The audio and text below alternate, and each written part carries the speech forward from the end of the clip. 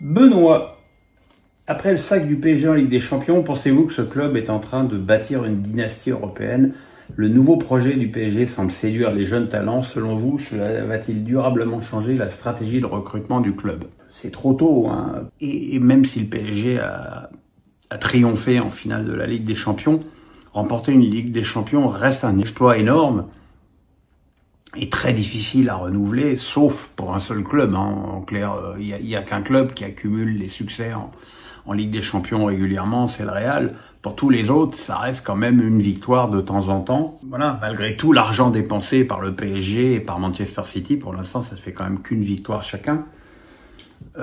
Par contre, il est évident que le PSG va pas changer de projet de sitôt et que je serais très étonné de voir une star confirmée du PSG signer, en tout cas tant que Luis Enrique sera sur le banc.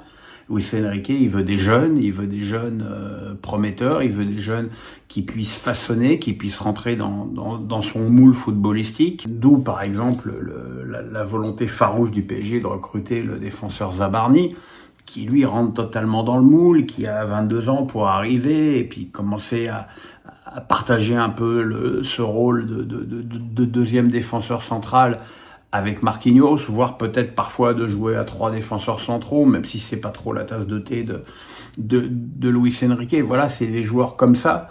Et puis, effectivement, je pense que les autres joueurs seront certainement aussi très jeunes, parce que c'est la volonté de Luis Enrique de façonner ses joueurs, de les imprégner dans son idée de football. Et quelque part, c'est exactement ce que fait aussi Rossignol à Strasbourg, sauf qu'à Strasbourg, on dit tout le temps que l'équipe est trop jeune.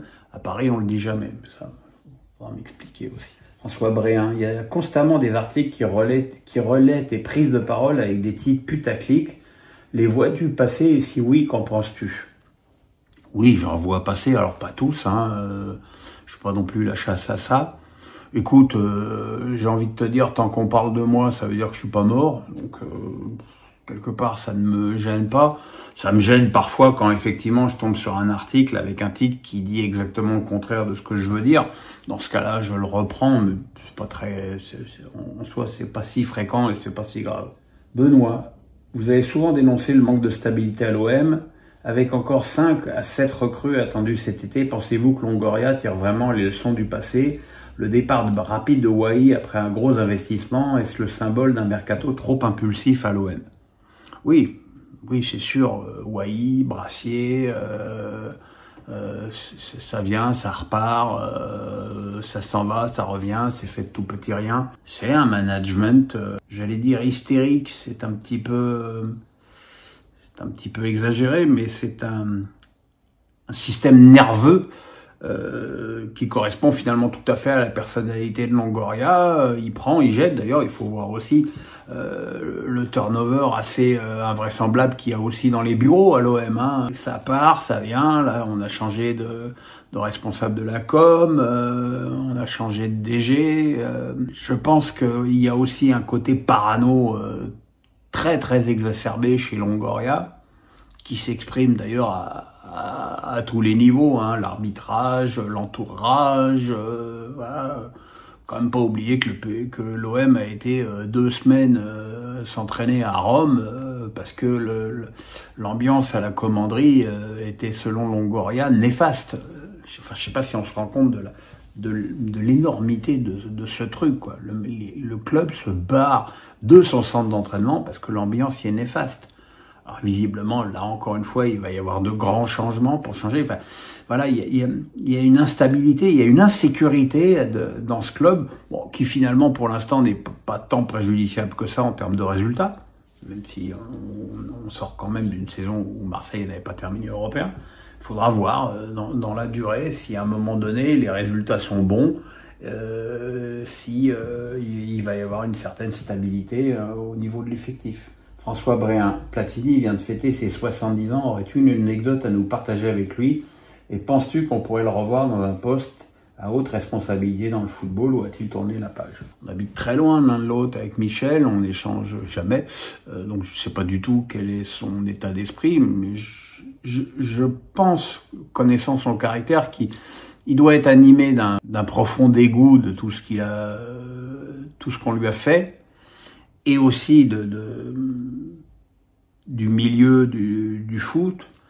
Alors maintenant, faut voir, après c'est une question de réaction personnelle. Est-ce que lui, du coup, ça lui donne envie de revenir et d'avoir sa vengeance, ou est-ce que finalement, voilà, maintenant, effectivement, à 70 ans, il a envie de profiter du soleil du sud de la France.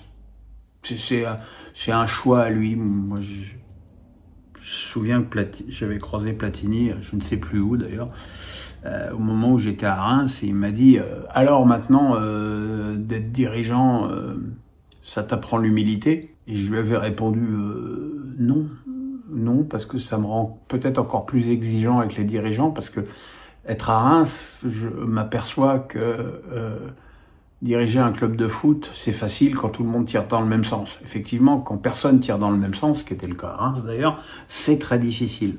Et puis, on s'était retrouvé à un ballon d'or, je sais plus lequel, en Suisse. J'avais été invité au ballon d'or, autant vous dire que c'est pas d'hier, vu mon aversion pour le ballon d'or.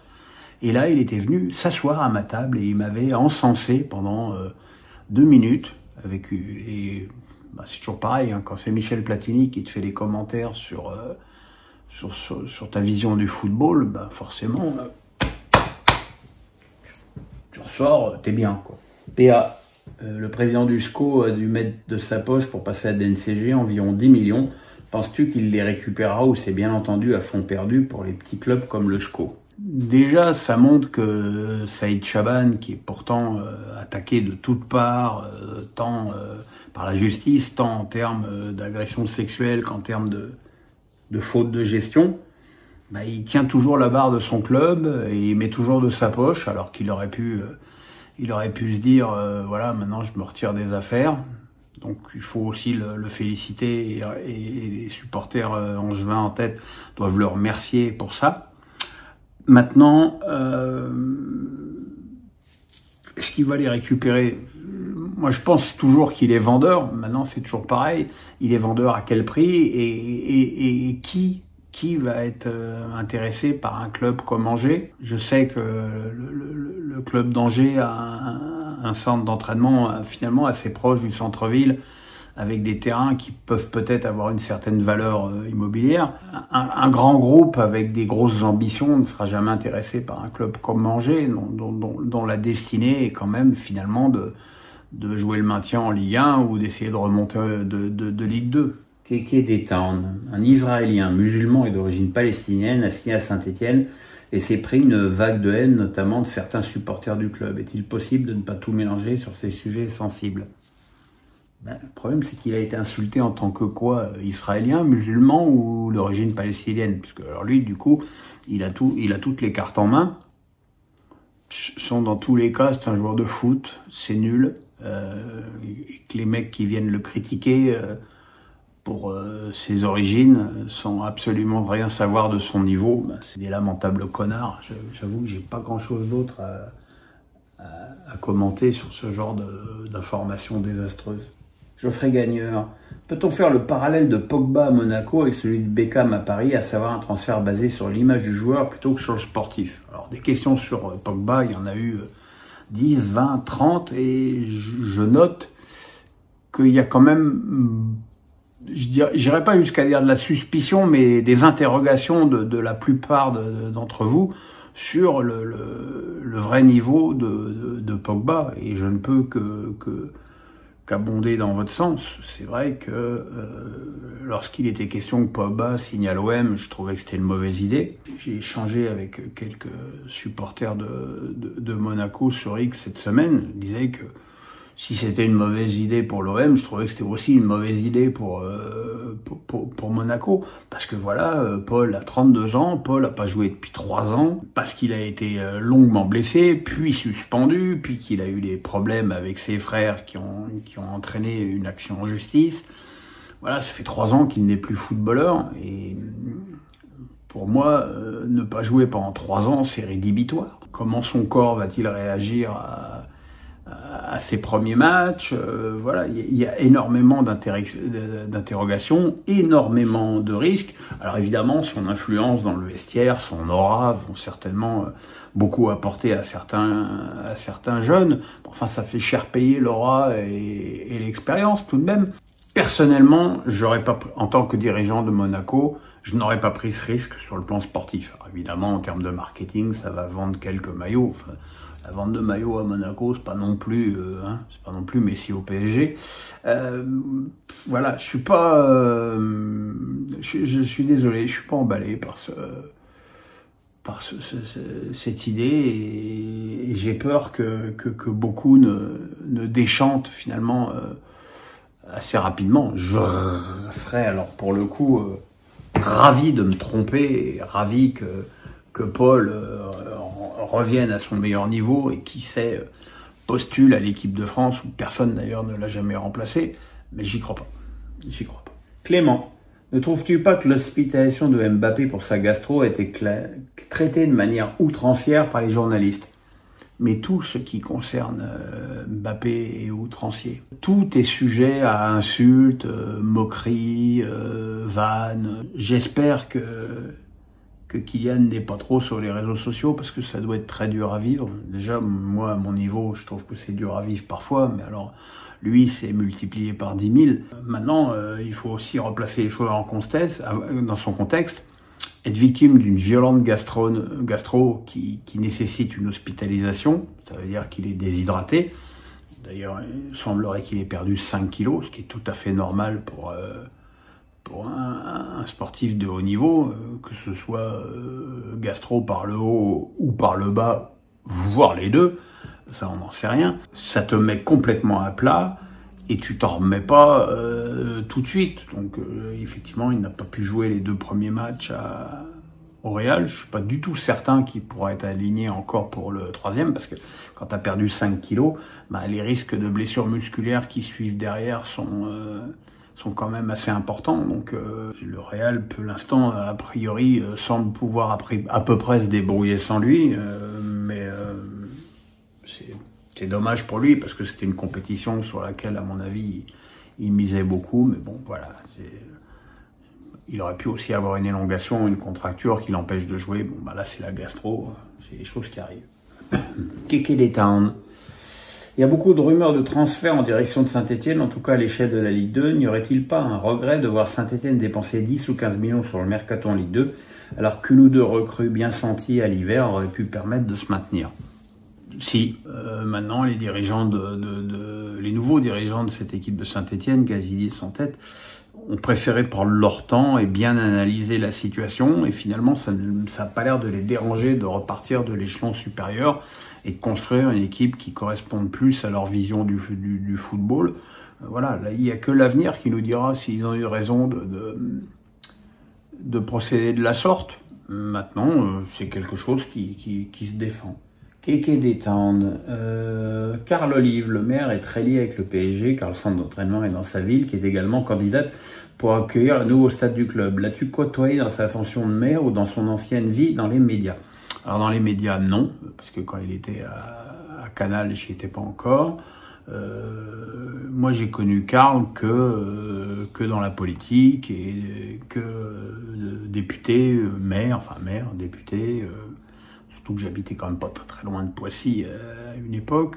C'est quelqu'un d'adorable, de très ouvert, de très souriant,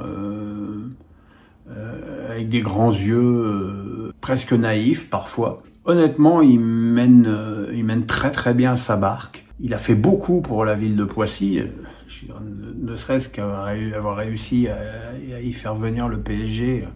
Vous vous rendez compte de la manne financière que ça suppose pour la ville de Poissy, je veux dire, en termes de charges locales, d'impôts et tout ça, ça doit être quand même assez énorme, taxes professionnelles et tout ça. Voilà, et il est évident que si le stade du PSG était à Poissy, ce sera encore une autre dimension pour cette petite ville finalement assez tranquille de l'ouest parisien. Mais voilà, c'est quelqu'un qui mène sa barque et qui a, je trouve, une manière de s'exprimer qui tranche un peu avec les politiques habituelles. Yvous, Grand coup marketing pour Monaco avec l'arrivée de Pogba. Il faudra combien de temps, dans mon avis, à Pogba pour revenir à un niveau correct? Souvent, on dit 6 mois de blessure, donc 6 mois pour revenir au top. Et là, ça fait tellement longtemps dans sa suspension. Ouais, j'ai pris aussi cette question parce qu'encore une fois, il y en a eu beaucoup et la tonalité de cette question, elle est celle de pratiquement toutes celles que j'ai eues.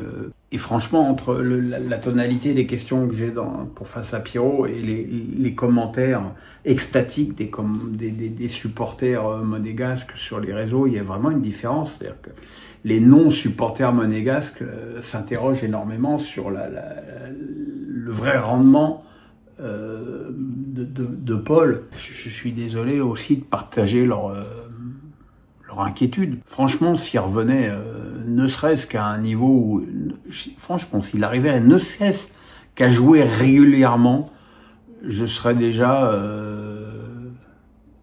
tout à fait stupéfait.